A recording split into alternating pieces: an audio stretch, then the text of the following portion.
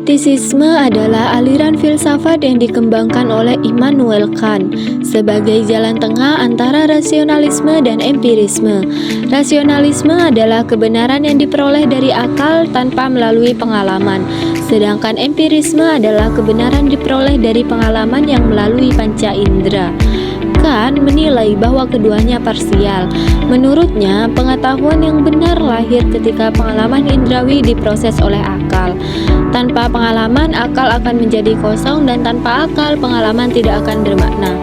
Ciri-ciri kritisisme: bersifat kritis, tidak menerima begitu saja pengetahuan tetapi menguji kemampuan dan batas akal. Sintesis akal dan pengalaman. Pengetahuan lahir karena keduanya bekerja bersama. Subjek aktif. Pikiran manusia tidak pasif menerima pengetahuan tetapi aktif dalam membentuknya. Fenomena versus noumena. Manusia hanya dapat mengetahui fenomena yang tampak, bukan noumena hakikat yang sesungguhnya. Batas kemampuan akal. Akal tidak bisa mengetahui hal metafisik secara pasti, seperti Tuhan, jiwa, alam semesta secara total. Sistematis, menyusun struktur tentang cara memperoleh pengetahuan secara ilmiah. Fokus kritisisme adalah mengkritisi cara kita mengetahui sesuatu, bukan mengkritik isi pengetahuan. Studi kritis atas rasio murni. Menurut Immanuel Kant, rasio murni adalah akal yang bekerja tanpa bantuan pengalaman. Sumber pengetahuan menurut Immanuel Kant: yang pertama, intuisi inderawi atau pengalaman.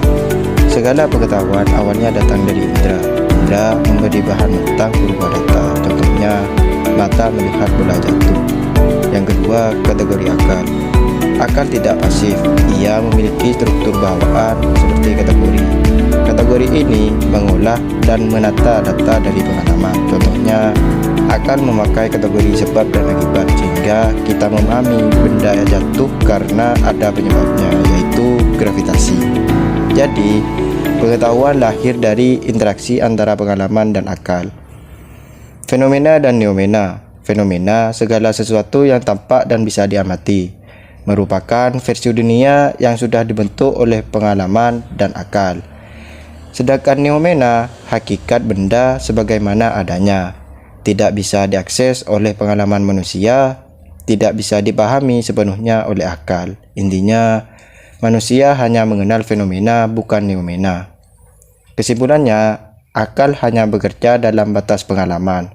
Akal tidak bisa membuktikan benda-benda metafisik seperti Tuhan, jiwa, surga, dan akhirat, karena semuanya tidak bisa diamati. Metafisika tidak salah, tetapi tidak bisa dijadikan pengetahuan ilmiah. Immanuel Kant menunjukkan bahwa pengetahuan tidak hanya dari pengalaman, tetapi juga dari struktur bawaan akal yang menata pengalaman. Namun, daya jangkau akal tetap terbatas. Yang ketiga, studi kritis pada akal budi. Akal budi menurut Kant yaitu kemampuan menilai.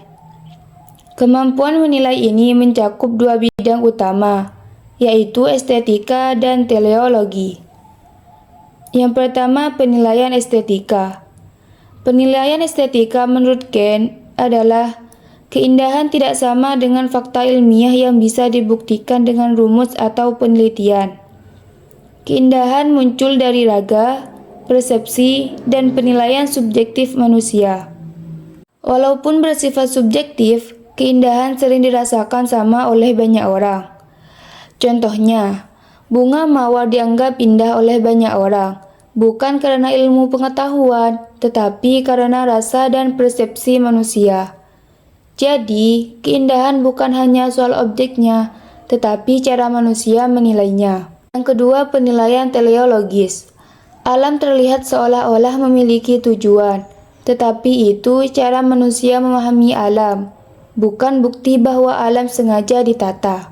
Fungsi studi akal budi, menjembatani ranah ilmu dan ranah moral, agar keduanya tidak bertentangan dalam kehidupan manusia. Yang terakhir adalah penjelasan tentang studi kritis atas rasio praktis. Apa itu rasio praktis? Rasio praktis adalah kemampuan akal manusia untuk memimpin tindakan dan menentukan kehendak, bukan hanya untuk memahami dunia, namun yang seperti rasio teoritis. Fungsinya adalah menciptakan prinsip-prinsip moral yang menjadi pedoman bertindak dengan tujuan mencapai kebaikan dan kebenaran. Inti studi kritis itu kan terhadap rasio praktis adalah kan melakukan kritikan untuk menunjukkan bahwa rasio murni dapat menjadi praktis, yaitu mampu menentukan kehendak tanpa tergantung pada pengalaman atau keinginan semata. Ini dibagi menjadi 3 bagian utama. Yang pertama adalah aturan moral utama, yaitu bertindak seperti itu sehingga caramu bertindak bisa jadi aturan umum yang semua orang bisa diikuti tanpa masalah. Contohnya adalah kamu mau mencuri uang temanmu karena butuh. Pikir, jika semua orang mencuri, apa uang masih berguna? Tentu tidak. Jadi mencuri itu tidak moral. Yang kedua adalah kebebasan atau bermoral. Orang yang bebas adalah orang yang membuat aturan sendiri, bukan dikuasai keinginan atau orang lain. Dan aturan itu adalah aturan moral yang universal. Contohnya, kamu mau makan junk food setiap hari, tapi kamu tahu bahwa itu tidak sehat. Kamu memutuskan makan sehat meskipun tidak mau. Itu adalah kebebasan untuk bertindak moral atau memilih yang baik untuk dirimu sendiri. Dan yang ketiga adalah kebaikan tertinggi atau postulat. Rasio ini ingin orang bermoral mendapatkan kebahagiaan atau namanya kebaikan tertinggi. Tapi di dunia nyata seringkali orang baik itu tidak bahagia. Jadi kita perlu keyakinan agar ini tetap masuk akal.